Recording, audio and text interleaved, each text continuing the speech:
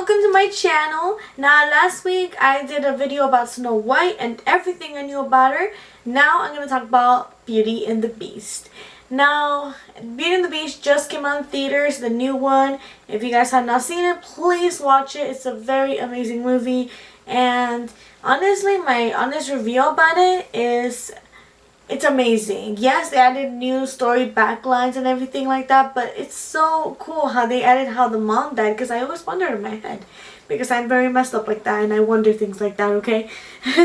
Now, I discovered a few things, actually a lot of things about Beauty Beast that I did not know. Like, for example, did you guys know that when Gaston dies at the end of the movie, there's skulls on his eyes? Don't believe me? Yeah, isn't that weird? Like, oh my god, Disney, how could you do this to us? Another thing is that she wears blue, and like blue represents good. Like, I don't know, I guess like it represents how good she is and how different she is from other people, because everyone says she's rather odd.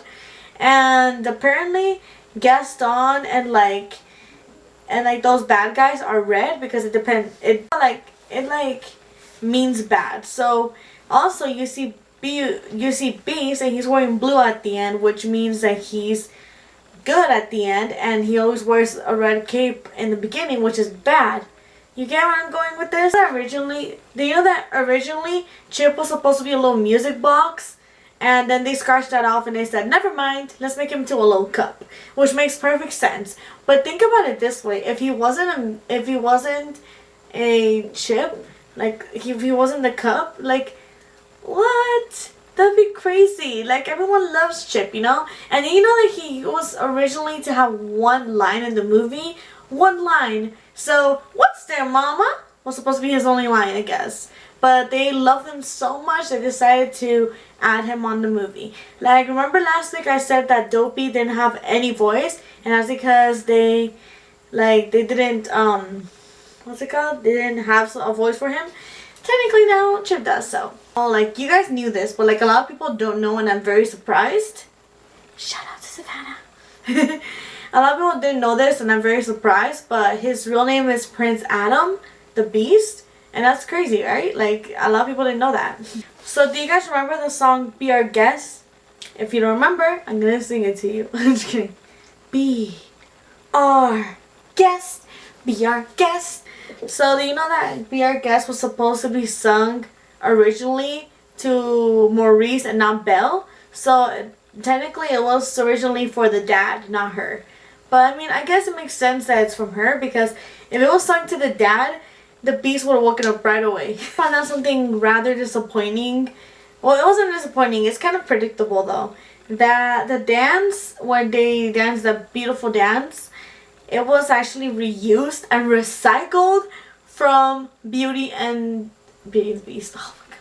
From Sleeping Beauty. You know, at the end when she dances?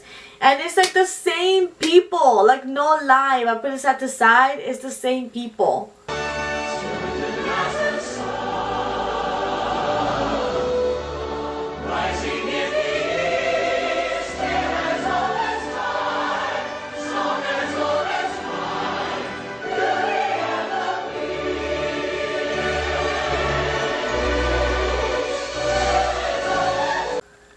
You see, like, and it's exactly kind of the same thing. Like, oh my god, they recycled it. That makes me so sad. Why?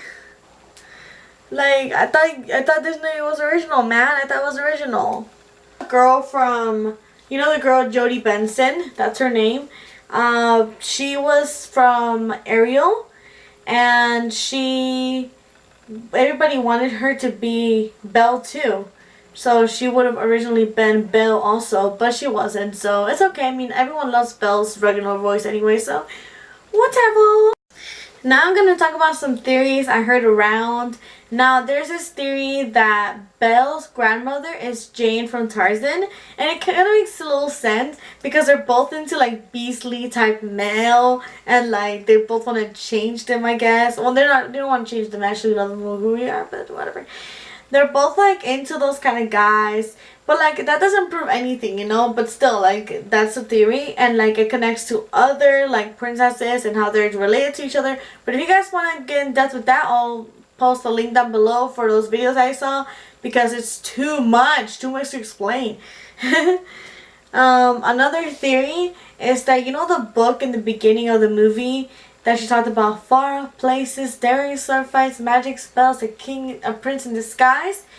It apparently is about herself, like foreshadowing, and that's so cool. A lot of people think it's Aladdin, but to be honest, like, come on, like come on. It could be foreshadowing. Like, it could tell us as far off places, which was in the castle. I don't think it was that far, but whatever. Far off places, daring sword fights. Now, this one I can kind of like ease off of, because like I can say no, it doesn't, like, you know, because it wasn't a sword fight, but Gaston did have a dagger and they did fight. Magic spells, which is the beast spell, and a prince in disguise, which is, come on, you gotta say it's the beast. Also, another one is that she says she doesn't find out that it's him till chapter 3. Now, I never read Beauty and the Beast, the book, because like I have the movie. But I mean, come on, like it'll make perfect sense that she tries to like see that he really is a prince, but she doesn't really know he's a prince, but she knows that he's like nice. I mean, like she sang in the song, she sang, "True, he's no Prince Charming, but there's something in him that I never seen before." So that backs up my theory about, oh, true, he's no Prince Charming, you know? True that he's no Prince Charming, but there's something in him that I simply didn't see. Yes, I did this video just to sing that. Anyway, so, I mean, it makes perfect sense that it was like exactly her, and like, it's crazy. Another theory is, I feel like this one's sort of true, but I'm not sure.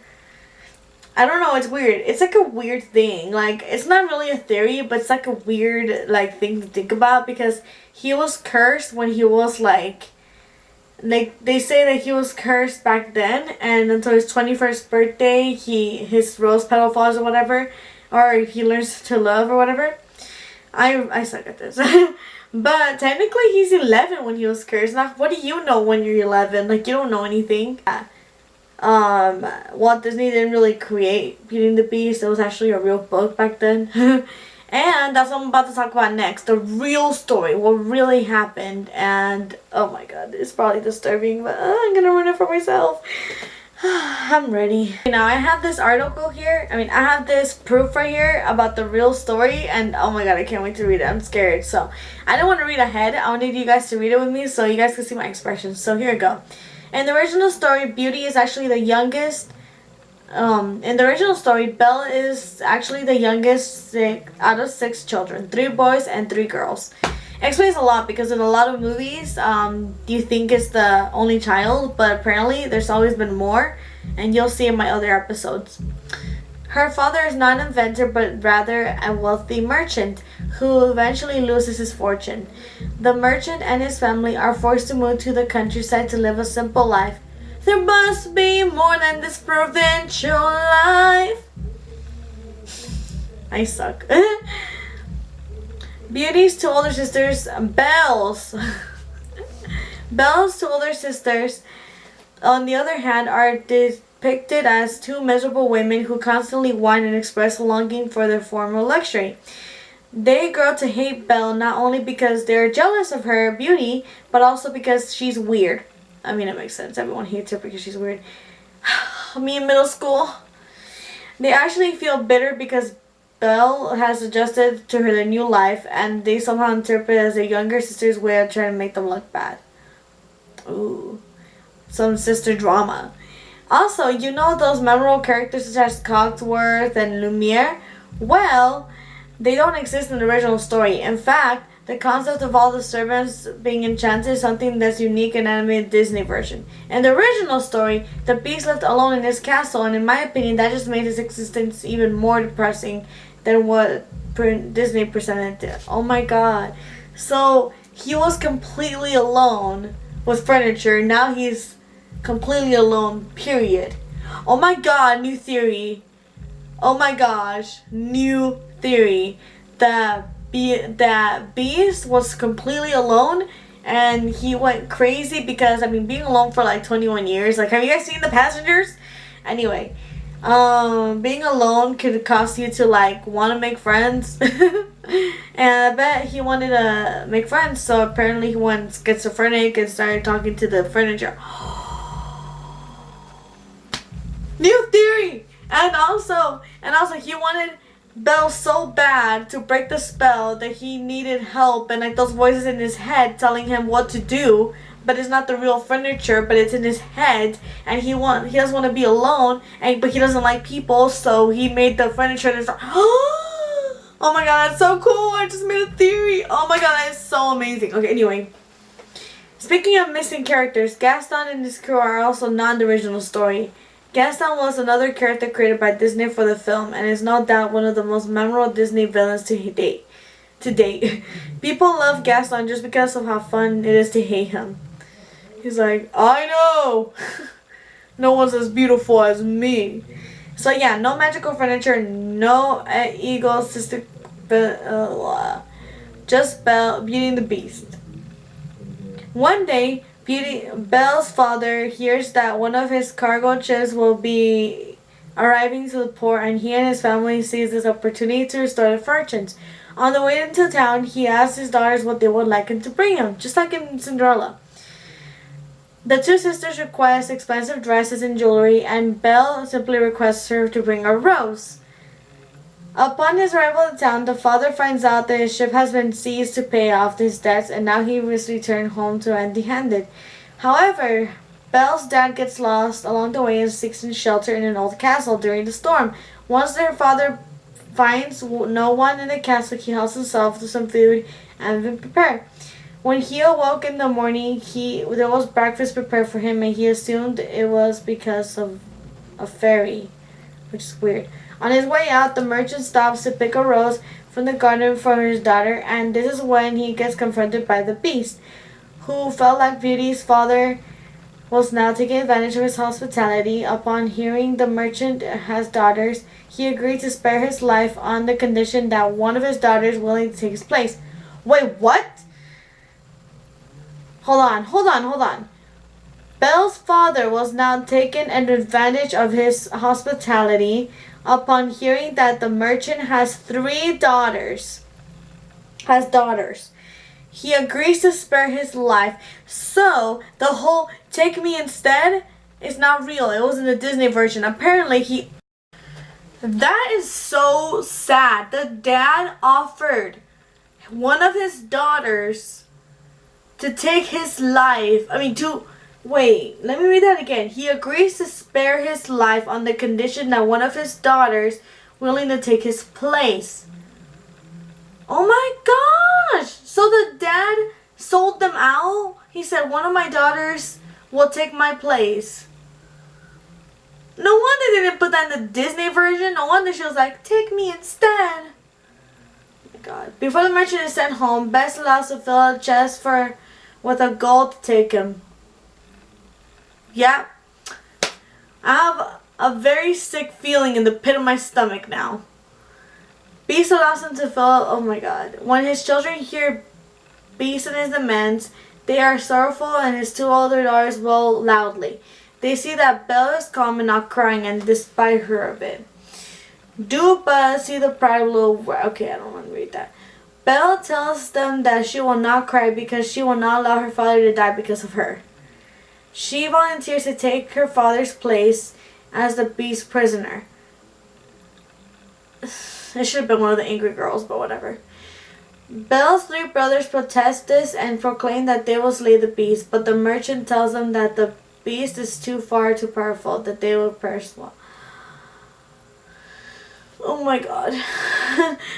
Belle goes to this place where the Beast informs her that she is now mistress of the castle and that he is her servant or whatever.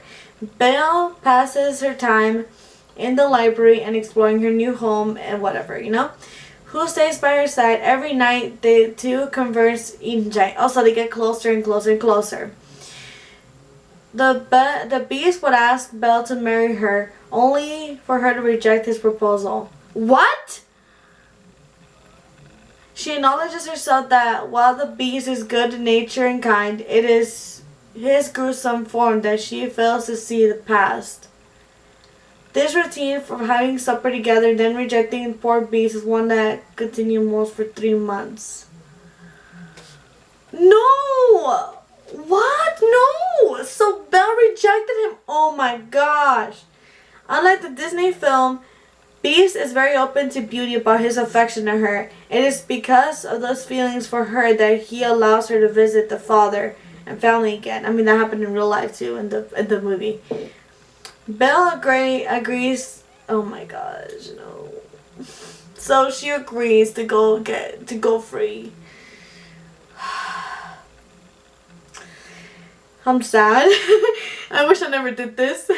She uses that to be reunited with her kin, Beauty's sisters, who has since married. Oh my god. And dressed more. Also, now the sisters are rich, I guess. They conducted a plan to convince Belle to break her promise to Beast and stay longer than a week. Oh my god. That's so cruel. Belle fought for this ruse, with her sisters pretending to be nice to her and showing her a level of affection she had never experienced from them. She promised them to stay 1 week longer, and this time she began to feel guilty for being long for the Beast, who she longed to see again. It was on her 10th night away from him. She had a nightmare of Beast dying, and she woke in tears. Also, now she likes him. She realized that it's not a man's handsomeness or within the makes worthy husband, but rather his virtue. This girl. You're gonna miss him when he's gone. You're gonna miss me when I'm gone. This is a musical, by the way. The next morning, Belle uses the ring and returns to the Beast castle. So it's not a mirror, it's a ring, I guess. She eventually finds him lying on the floor of the rose garden, dying of starving himself. For each day, Beauty did not return to him. Belle holds his Beast's hands and confesses to him, sobbing uncontrollably. After the spell is broken and Beast return to human form, they make their way back into the castle, where Enchantress appears with the Beauty's entire family. She tells Beauty that her pure heart and virtue will make her great queen. Then she focuses on her gaze upon Beauty's sisters, who have been so malicious and spiteful over the years, and curses them, turning them into both stone. And they can live forever, behold their sister's happiness. As we know, Beauty married the prince and they both live happily ever after. I need to sit down.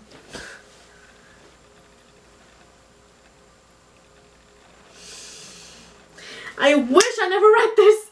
Oh my gosh. Okay, so I'm gonna go lie down in my bed and cry. But please like, share, and favorite this video. Please tell your friends about it and share and... Well, stay tuned for next Thursday, because apparently I did Snow White last Thursday. So next Thursday, stay tuned for Ariel, because don't worry, she doesn't. Oh my gosh, I'm gonna read that one for you too. Anyway, guys, if you're watching this, you know all the Ariel details, so I'm not gonna ruin anything for you. But I'll see you guys later. Bye.